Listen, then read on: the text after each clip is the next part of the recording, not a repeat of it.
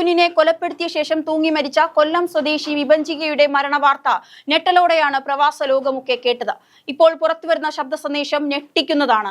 സത്യത്തിൽ വിഭജികയും ഭർത്താവ് നിതീഷും മകൾ വൈഭവിയുമായി സന്തോഷത്തോടെ കഴിയുന്ന ഒരു കുടുംബമായാണ് അയൽവാസികൾ പോലും കരുതിയിരുന്നത്. ഇവർക്കിടയിൽ ഇത്രയ്ക്ക് വലിയ പ്രശ്നങ്ങൾ ഉണ്ടെന്ന് മരണവാർത്ത കേട്ടപ്പോൾ മാത്രമാണ് പലർക്കും മനസ്സിലായത്. കൊല്ലം ചന്ദനത്തോപ്പ് സ്വദേശി വിഭജിക മണിയനെയും മകൾ വൈഭവിയെയുമാണ് മരിച്ച നിലയിൽ കണ്ടെത്തിയത്. ഒരേ കയറിൽ തൂങ്ങിയ നിലയിലാണ് മൃതദേഹങ്ങൾ കണ്ടെത്തിയത്.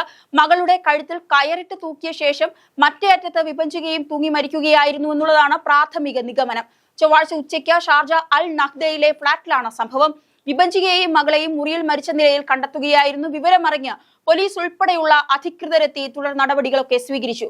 മകളെ കൊലപ്പെടുത്തി അമ്മ ജീവൻ ഒടുക്കിയതാണോ എന്നുള്ള സംശയമാണ് ആദ്യം മുതൽ നിലനിൽക്കുന്നത്. 33 വയസ്സാണ് വിഭജികയ്ക്ക്. സ്വകാര്യ കമ്പനിയിലെ HR വിഭാഗത്തിലാണ് വിഭജിക ജോലി ചെയ്തു വരുന്നത്. ഭർത്താവ് നിതീഷും UAE-യിൽ തന്നെയുണ്ട്. എന്നാൽ വിഭജികയുടെ മരണത്തിൽ കുടുംബം ഇപ്പോൾ സംശയമുയർത്തിയിട്ടുണ്ട്. സംഭവത്തിൽ പോലീസ് അന്വേഷണവും തുടങ്ങി. കുടുംബ വഴക്കോ മറ്റു കാരണങ്ങളോ മരണത്തിലേക്ക് നയിച്ചോ എന്നതിലാണ് അന്വേഷണം.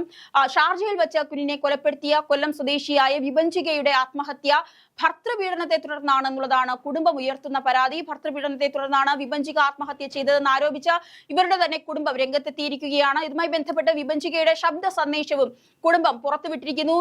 മരണത്തിൽ ദുരൂഹത ആരോപിച്ച് UAE എംബസി, മുഖ്യമന്ത്രി, സിറ്റി പോലീസ് കമ്മീഷണർ എന്നിവർക്കും കുടുംബം പരാതി നൽകിയിട്ടുണ്ട്. ഇനി ശബ്ദ സന്ദേശത്തിൽ പറയുന്നത് എന്തൊക്കെയാണ് എന്ന് നോക്കാം. ഈ വിഭജിക വീട്ടുകാർക്ക് അയച്ച ശബ്ദ സന്ദേശമാണ് പുറത്തു വന്നിരിക്കുന്നത്. അതിൽ പറയുന്നത്, 1 വർഷത്തിനിടയ്ക്ക് കൊച്ചിനെ 4-5 തവണ മാത്രമേ അയാൾ പുറത്തു കൊണ്ടുപോയിട്ടുള്ളൂ. അയാൾ എന്നുദ്ദേശിക്കുന്നത് വിഭജികയുടെ ഭർത്താവിനെയാണ്. അതും നാട്ടുകാരെ ബോധിപ്പിക്കാൻ മാത്രമായിരുന്നു. പലപ്പോഴും അമ്പലത്തിലോ മറ്റോ ഒന്ന് കൊണ്ടുപോയാലായി. എന്നാൽ അയാൾ അയാളുടെ സഹോദരിയോടും അവരുടെ കുട്ടിയോടുമൊപ്പം എപ്പോഴും യാത്ര ചെയ്ത സന്തോഷത്തോടെ കഴിയുകയാണ്. അയാളുടെ വായിൽ നിന്ന് വരുന്ന വാക്കുകൾ മറ്റുള്ളവരോട് പറയാൻ പറ്റാത്ത വിധം വളരെ മോശമാണ്. ഇതൊക്കെ സഹിച്ച ഞാനും മോളും അവിടെ ഉരുകി കഴിയുകയാണ് എന്നാണ് ശബ്ദ സന്ദേശത്തിൽ വിഭജിക പറയുന്നത്. മാത്രമല്ല, വീട്ടുകാര്യങ്ങളും കുഞ്ഞിനെയും നോക്കുന്നതെല്ലാം താൻ മാത്രമാണെന്നും ഒരു പട്ടിക്കുഞ്ഞിനെ പോലെയാണ് മകൾ ആ വീട്ടിൽ കിടക്കുന്നത് എന്നും വിഭജിക പറയുന്നുണ്ട്. ഭർത്താവായ നിതീഷ് അയാളുടെ കാര്യം മാത്രം നോക്കി നടക്കുകയാണെന്നും വിഭജികയുടെ ശബ്ദ സന്ദേശത്തിൽ പറയുന്നു. അച്ഛന് കുറെ കാശ് വേണം, വലിയ വണ്ടി വേണം, വലിയ ഫ്ലാറ്റ് വേണം, സുഖിക്കണം. മകൾക്കൊരു ബോഡി ഗാർഡിനെയും വേണം. എന്റെ ലോക്കറിന്റെ കീ അയാളുടെ കയ്യിലായിരുന്നു, അത് ഞാൻ വാങ്ങിച്ചു. സ്വർണം ഞാൻ കൊടുത്തിട്ടില്ല. എനിക്ക് നിതീഷ് ഒന്നും വാങ്ങിച്ചു തരാൻ പാടില്ല. എന്നെ എങ്ങോട്ടും കൊണ്ടുപോകാൻ പാടില്ല. ഇത് എന്റെ ഭാര്യയാണ്, എന്റെ കുഞ്ഞാണ് എന്ന ചിന്തയൊന്നും നിതീഷിനില്ല. സ്വയം അടിച്ചു പൊളിച്ച് നടക്കണം. ദിവസങ്ങൾ കഴിഞ്ഞ് വീട്ടിലെത്തണം. കുഞ്ഞായതിനു മുൻപ് ഇത്രയും പ്രശ്നങ്ങൾ ഉണ്ടായിരുന്നില്ല. വീട്ടുകാരുടെ പ്രശ്നം മാത്രമേ ഉണ്ടായിരുന്നുള്ളൂ. കുഞ്ഞായതിനു ശേഷം അവനും കൂടെ ചേർന്ന് പുറത്തുനിന്ന് വന്ന് എന്നെ പീഡിപ്പിക്കുന്നു എന്ന തരത്തിലാണ് വിഭജികയുടെ ശബ്ദ സന്ദേശത്തിൽ പറയുന്നത്. എന്തായാലും ഇത് വീട്ടുകാർ വളരെ ദുരൂഹത ഉയർത്തുന്ന ഒരു കാര്യമായാണ് കാണുന്നത്.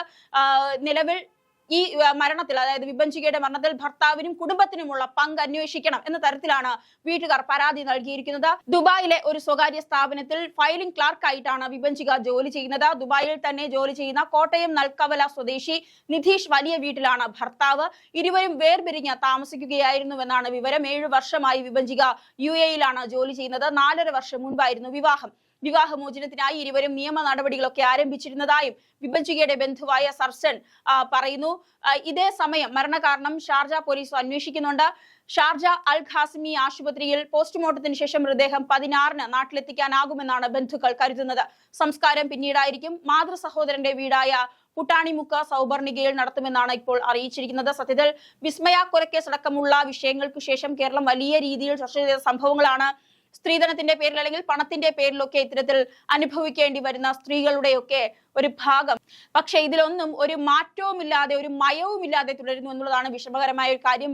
പ്രത്യേകിച്ച് ഒരു പിഞ്ചു കുഞ്ഞിനെ ഒരമ്മ കയറിൽ കെട്ടിത്തൂക്കി അതേ കയറിൽ തന്നെ ആത്മഹത്യ ചെയ്യണമെന്ന മാനസികാവസ്ഥയിലേക്ക് എത്തണമെങ്കിൽ എത്രമാത്രം ഒരു സ്ത്രീ അനുഭവിച്ചിരിക്കണം ബുദ്ധിമുട്ടുകൾ, മാനസിക ബുദ്ധിമുട്ടുകളൊക്കെ ഭർത്താവിൽ നിന്നും വീട്ടുകാരിൽ നിന്നും അനുഭവിച്ചിരിക്കണം എന്നുള്ളതൊക്കെ അവിടെ ചോദ്യചിഹ്നമാണ്. എന്തായാലും ഇത് കൃത്യമായ ഒരു അന്വേഷണം നാട്ടിലും അതുപോലെ തന്നെ UAE-യിലും നടക്കുമെന്നുള്ളതാണ് ഇപ്പോൾ മനസ്സിലാകുന്ന കാര്യം. എന്തായാലും വിഭജികയ്ക്ക് നീതി നൽകണം എന്ന തരത്തിൽ ഇപ്പോൾ സോഷ്യൽ മീഡിയയിലേക്ക് വലിയ #കളാണ് നിറയുന്നത്. വിഭജിക അതായത് പറഞ്ഞ ശബ്ദ സന്ദേശങ്ങളിലെല്ലാം ഭർത്താവിനെയും ഭർത്തൃ വീട്ടുകാരും അവരിൽ നിന്ന് അനുഭവിച്ച കൊടും ക്രൂരതകൾ, മാനസികമായി അനുഭവിച്ച കൊടും ക്രൂരതകൾ, സ്വന്തം കുഞ്ഞിനെ ഒരു പട്ടിക്കുഞ്ഞിന്റെ വില മാത്രമേ വീട്ടിൽ ലഭിക്കുന്നുള്ളൂ എന്ന തരത്തിലൊക്കെ പറയുന്ന ഓഡിയോ സന്ദേശമാണ് പുറത്തു വന്നിരിക്കുന്നത്. ഒരു പക്ഷേ വിഭജികയുടെ വീട്ടുകാർക്കും ഇത് വലിയ താങ്ങാനാവാത്തൊരു കാര്യമായിരിക്കും. കാരണം മകൾ പലതവണ പരാതിപ്പെട്ടിട്ടും മകളെ തിരിച്ച് എത്തിക്കാനുള്ളൊരു കരുതൽ നടപടി വീട്ടുകാർ എടുത്തില്ല എന്ന തരത്തിലുള്ള ഒരു ആരോപണവും ഉയരുന്നുണ്ട്.